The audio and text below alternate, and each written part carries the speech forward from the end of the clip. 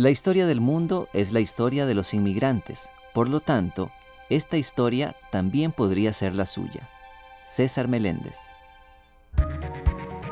Desde 1970, Costa Rica ha sido el país de la región que cuenta con mayor número de inmigrantes centroamericanos. De ellos, más de la mitad son nicaragüenses.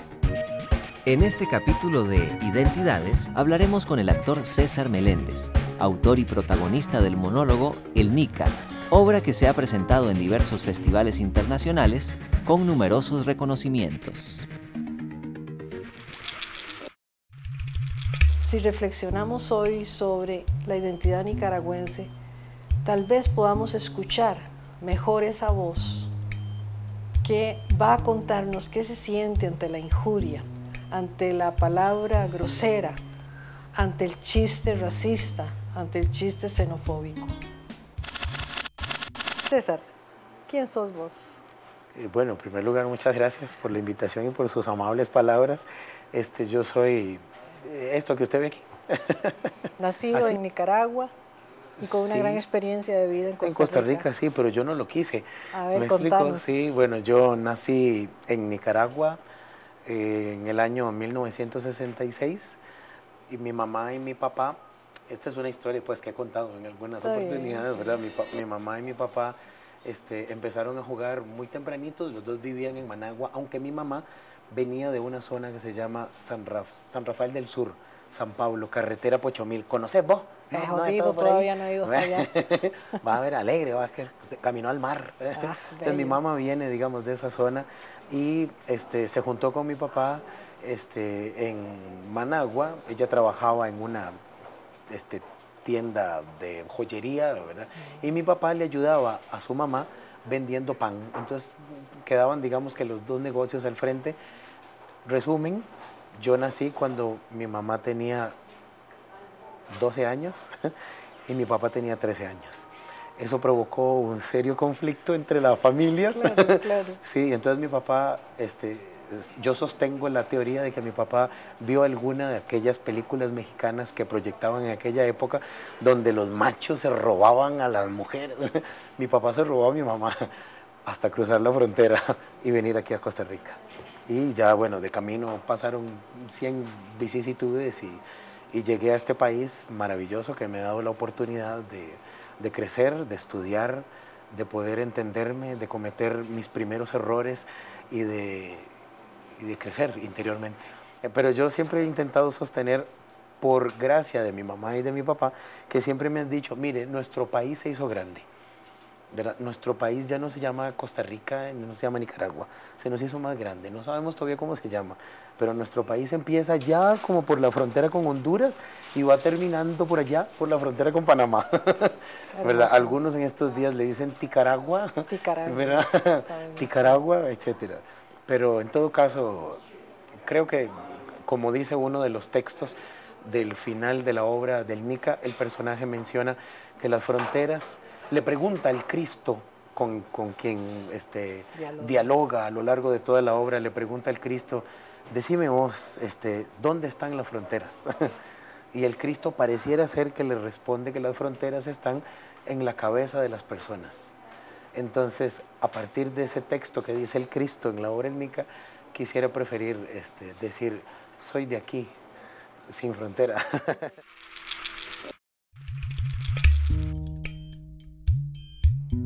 El Nica relata las experiencias de xenofobia y soledad de José Mejía Espinosa, un migrante nicaragüense que cruza el río San Juan en busca de una mejor calidad de vida.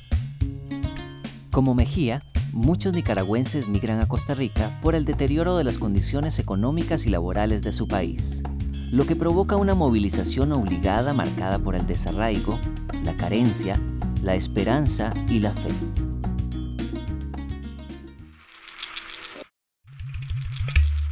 A mí me conmovió profundamente el Nica y yo pienso que hay una figura, que es la figura que también cuestiona mucho a las dos culturas, la figura de un Cristo y un elemento básico del inmigrante, su soledad. Su soledad y su compañía, ¿verdad? Digo, en medio de su soledad, todos los inmigrantes del mundo, pero particularmente en este caso, ¿verdad?, de los nicas, se lanzan a la aventura aunque saben que van a encontrarse con la soledad desde el momento en que parten, automáticamente cargan también con su fe, ¿verdad? Entonces hay una fe que les va acompañando, ¿verdad? Aquella soledad de la que uno pudiera dar fe.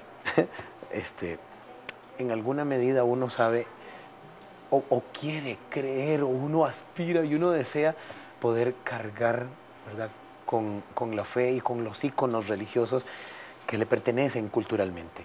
En el MICA eso es lo que hemos hecho, ¿verdad? Hacer uso de este detalle, y básicamente utilizamos la figura del Cristo porque a lo largo de toda mi vida, hasta el momento en que empecé a escribir, ¿verdad?, este monólogo, todos los nicaragüenses inmigrantes con los que yo había topado en mi vida, en cuenta mi mamá, mi tata, mi abuelita, todo el mundo, toda la gente que venía durante la época de la guerra, eran 25 en la casa, me explico, tanta gente, cargaba con un crucifijo. Y con un crucifijo que fue comprado en el mercado, por decirlo así, en el mercado central, me explico, todos cargan con un rosario, ¿verdad? Hay una necesidad de sentir esa compañía en medio de esa posible soledad que a uno lo vaya a acompañar. Y es muy interesante la figura del Cristo. Decidí pues utilizar como interlocutor un Cristo, en primer lugar porque es considerado dentro de nuestra filosofía católica normal, ¿verdad? Sí, en nuestra sociedad, en ambas sociedades, sí, como que es nuestro hermano mayor, ¿verdad? Entonces es un diálogo entre dos hermanos, pero hay un hermano que es mayor. Siempre a mí me dijeron en la escuela, cuando iba a las clases de catecismo, etcétera, que Jesús era nuestro hermano mayor. Y haciendo como ¿verdad?, como una analogía con la relación que yo me tenía en ese momento con mi hermano, yo digo, uno al hermano no le puede decir todas las barbaridades. ¿Me explico? Entonces dije, bueno, ¿y qué pasa si adaptamos, ¿verdad?, este sentimiento natural? No estoy muy seguro, pero yo creo que efectivamente a un hermano uno le dice las peores cosas que le puede decir en un momento de rabia, ¿verdad?, que a otras personas, porque hay cierta confianza, hay cierta cercanía. Y entonces decidí tomar a este Cristo, hablar con Juan para ver si entendía a Pedro. ¿Qué le decías a ese Cristo? Bueno, el objetivo es contarle la vida diaria, decirle que aunque estaba presente en algunos lugares donde sentía su presencia, había otros en donde, como no sentía su presencia, creía que no estaba. Pero a lo largo de la obra uno se va dando cuenta que no, que el Cristo ha estado siempre ahí. Es la conciencia del ser humano quien, por diversas razones, decide desprenderse de esa conciencia de fe. ¿Se ha preguntado usted qué sentiría si la miseria lo expulsa de su país? Si sus ideas políticas hace que lo acosen y que deba exiliarse, y sobre todo llegar a otra comunidad, a otra nación, en donde su grupo étnico, su nacionalidad o su religión es estigmatizada, es rechazada. Sí, estamos hablando de soledad, de la soledad del inmigrante. Más de 9 años, jodido, de estarte escuchando a vos todos los días, a cada hora, cada segundo, siempre encima mío, repitiéndome, hay que ponerle la otra mejilla. Poner otra mejilla. Poner otra mejilla. Poner otra mejilla, poner otra mejilla.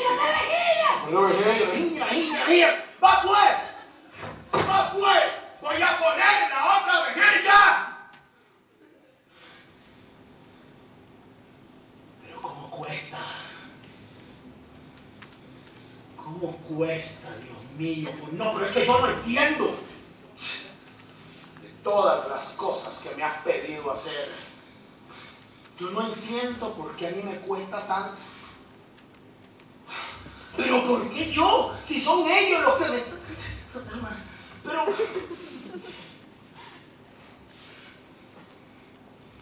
Bueno, está bien.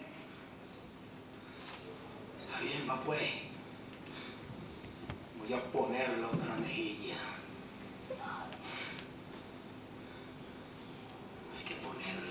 Sí, señor. Otra vez. Pongámosla otra vez.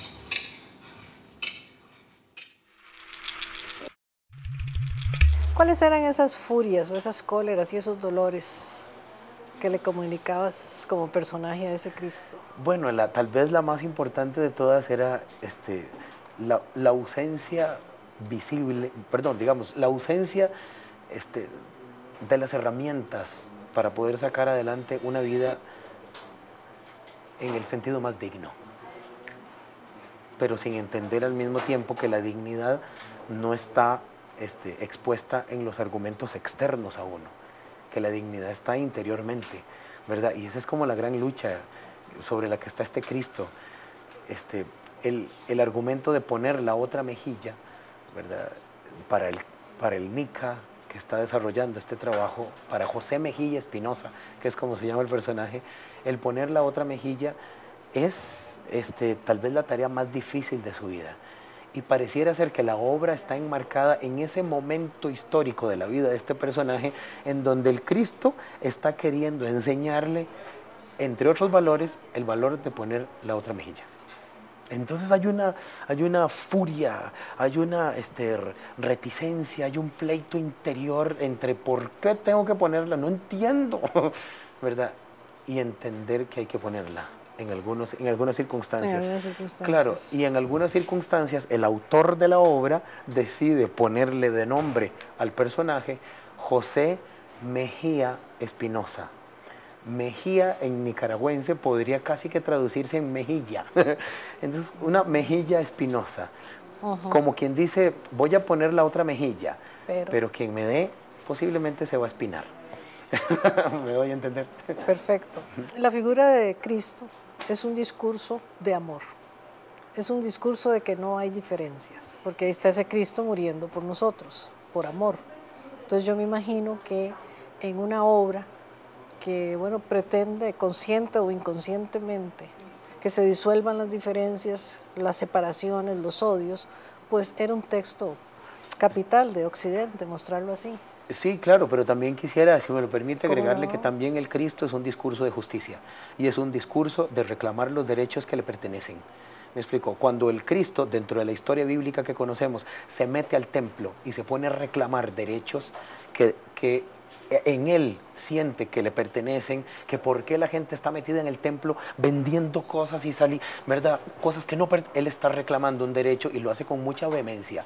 Entonces, aprovechamos esa oportunidad. El Cristo le enseñó ese tipo de vehemencia para poder reclamar también valores que puedan ayudar a dignificar la condición del ser humano, me explico, pero de mi propio ser humano, no necesariamente de decirle al otro, hágalo de esta manera. La última cifra estimada por la Caja Costarricense del Seguro Social indica que hay alrededor de 450,000 inmigrantes nicaragüenses en nuestro país, no 1 millón como algunos creen. La alta presencia de esta población en el sector servicios y la mala costumbre de los medios de comunicación de subrayar que algunos de los crímenes son hechos por nicaragüenses hacen pensar a los y las costarricenses que son más, que nos quitan el trabajo y que las olas de crimen son culpa de ellos, aunque la realidad sea otra. Básicamente lo que ocurrió en Costa Rica es que en los últimos 25 años, podríamos decir así, dejamos de reparar la casa, ¿verdad?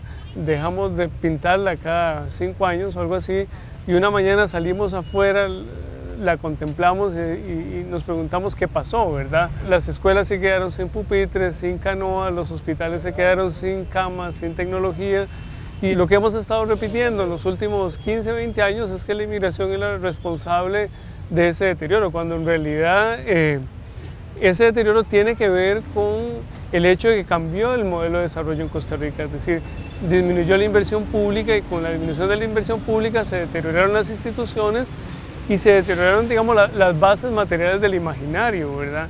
Y de ahí en adelante lo que hemos tratado de hacer es contener el enojo que nos produce ese deterioro de la calidad de vida, depositando ese enojo en los nicaragüenses y volviéndolos justamente amenazantes, ¿verdad? Cuando en realidad la amenaza está en nosotros, no está en nosotros, ¿verdad? Está en nosotros en la medida en que, podríamos decirlo así, se nos quebró el país. A pesar de esa sensación de otredad, la historia y cultura que nos une supera las fronteras geográficas, los estereotipos y las etiquetas. Bueno, yo diría que cualquier inmigrante debería de enfrentar hacia ese otro que lo trata de humillar o que lo trata de quitar su dignidad de ser humano, enseñarle que le pueden quitar cualquier cosa menos su dignidad de ser humano?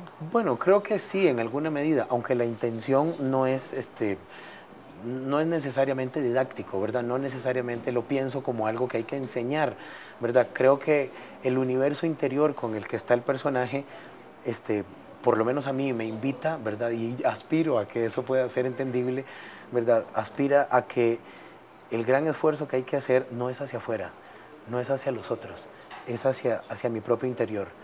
Un insulto, hasta donde yo lo entiendo, un insulto o que la acción de una persona quiera denigrarme, va a afectarme en la medida en que yo lo acepte, En que yo lo deje. ¿verdad? No hay una palabra que insulta necesariamente, ¿verdad? Hay una palabra que se maneja aquí en Costa Rica y en Nicaragua que seguramente ustedes en edición lo van a poner, ¿verdad? Después de que yo la diga, ¿verdad? Decir hijo me explico, en ambos países pareciera ser ofensivo, pero cuando uno tiene amigos, ¿verdad? Y uno habla con los amigos, ajá, Sí, de una manera emplea natural, como ¿qué me interjección. dicen? No ofende la palabra, Sí. la palabra no ofende. Cualquiera podría decir, ofende la intención. Ah, sí, claro, es que cuando me dicen, entonces sí me ofende. Pero detrás de todo esto tampoco es la intención, es la apertura que yo hago de mi alma y de mi conciencia a que esa palabra me afecte. Si yo entiendo que hay una palabra que no me va a afectar y que ninguna otra me va a afectar mi condición ni mi dignidad, no la acepto, ¿verdad? Esa es como la condición. Como hemos dicho en otras ocasiones, la segregación aparta del grupo social. La segregación nos hace caer de lo que se llama el sostén, el lazo social. Y la segregación produce también no solamente dolor, sino que también rabia. Sobre todo si esta segregación va acompañada por la injuria. Hay obras, y la literatura costarricense y el teatro costarricense ya están hablando de ese dolor, de esa rabia y sobre todo de esa voz que pide ser escuchada, de esa voz que pide justicia.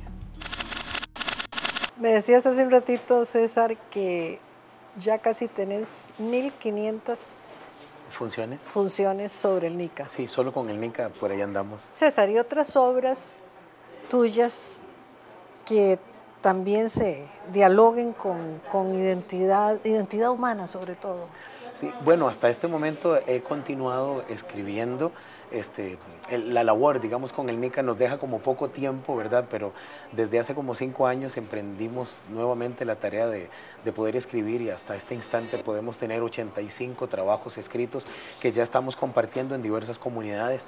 Nuestro objetivo es, a través de nuestras obras de teatro, en primer lugar, compartir cultura en las comunidades que nos abren las puertas. Sobre todo, saber que podemos compartir cultura para poder recoger fondos para obras de bien social o humano. Si ustedes que están en su comunidad están viendo este trabajo y ustedes quisieran que nosotros lleváramos espectáculo a su comunidad, si están necesitadas las comunidades de recoger fondos para alguna obra de bien social, comida para la escuela, infraestructura para el colegio o tal vez una obra de bien humano, hay alguna persona que está necesitada de alguna operación, de algún tratamiento, que está en una emergencia económica, no sé. Nuestro objetivo es poner nuestras obras de teatro para esto, para recoger fondos para obras de bien social y que nos dé la oportunidad de compartir, ¿verdad?, el arte al que estamos teniendo acceso y en el que estamos intentando crecer día a día. De hecho, somos, esos proyectos emanan desde este teatro que fundaste, Teatro La Polea. Eso de la polea es simbólico también. Sí, bueno, pretendemos, digamos, igual que en el teatro, como todo significa algo, decidimos ponerle Teatro La Polea por diversas razones. Tengo entendido de que la polea es esta máquina simple que sirve para hacer que los pesos suban o bajen y que pese menos, ¿me explico? Claro. Fue un aparatito creado, fue una máquina simple creada por los griegos precisamente para el teatro, porque los griegos no tenían cómo hacer descender a los dioses del Olimpo en las obras de teatro. Entonces, desde ese punto de vista nos llamamos La Polea porque queremos necesariamente que en cada uno de nuestros trabajos descienda alguna idea de algo superior. En el caso del Nica, por ejemplo, hablamos con un crucifijo. Me explico, en el caso de Flora, Flora llega a un momento en donde necesita de alguna ayuda exterior, superior que la oriente, etc. En todos nuestros espectáculos está esta presencia. También nos llamamos la polea porque la polea por sí misma no hace las cosas. La polea es un instrumento. Va a depender de la fuerza humana que se emplee para subir o bajar o sostener un peso, que los objetivos se pueden conseguir en una comunidad. Como andamos recogiendo fondos para obras de bien social humano, este es nuestro propósito, ser instrumentos a través del cual se puedan conseguir objetivos culturales, qué dicha, económicos, en buena hora, me explico, pero al final de cuentas, el gran objetivo detrás de lo que andamos es de poder generar encuentro con la condición humana, entender de dónde venimos a través del teatro, entender qué es lo que estamos siendo a través del arte. E indudablemente ese público, que es un público tan heterogéneo también en nacionalidades, porque somos un país muy heterogéneo. Absoluto, Costa Rica es maravilloso, está bendecido, recibimos influencia, por no decir presencia, ¿verdad? Desde el norte, ¿verdad? ¿Cuántas personas de México, Estados Unidos, ¿verdad? De Guatemala recibimos? Estamos en el centro de la América, ¿verdad? Toda la gente del sur, ay, peruanos, argentinos, chilenos, todo el mundo, me explico, aquí en este maravilloso país. Recibimos gente de Europa, ¿verdad? A través del Caribe, vienen las personas del Pacífico. Costa Rica está en un lugar privilegiado. Somos un país bendito y que, por esta gracia de Dios, tiene esta apertura a recibir cultura y personas, me explico, de otros países y de otros mundos. Lo más hermoso es seguir sembrando en esta idea de que la identidad nos sostiene y de que el respeto por las diferencias de otras culturas nos va todavía a enriquecer muchísimo más. Los estudiosos de la obra literaria nos han enseñado que hay como lugares de privilegio. El inicio de una obra es un lugar de privilegio, pero sobre todo el final. Y si pensamos qué significa el final de la obra El Nica, cuando José Mejía se acuesta, se apresta a soñar y primero se cubre con la bandera de Nicaragua, su primera piel, su piel íntima, su subjetividad, pero luego también se cubre con esta bandera de Costa Rica, de esta nueva patria, de esta nueva tierra que quizá nadie le prometió, como diría García Márquez. Me parece que este final es un final realmente simbólico que nos permite pensar que hay que respetar primero esa primera subjetividad, esa primera piel que es la propia, es la del país natal. Y luego también existe la posibilidad que esas dos pieles se junten, la bandera de Nicaragua, la bandera de Costa Rica, y que juntos, en ese sueño simbólico de José Mejía Espinosa, encontremos la propuesta de una utopía, pensada a la manera del filósofo Paul Ricoeur, que decía, la utopía es un sueño que pide ser realizado.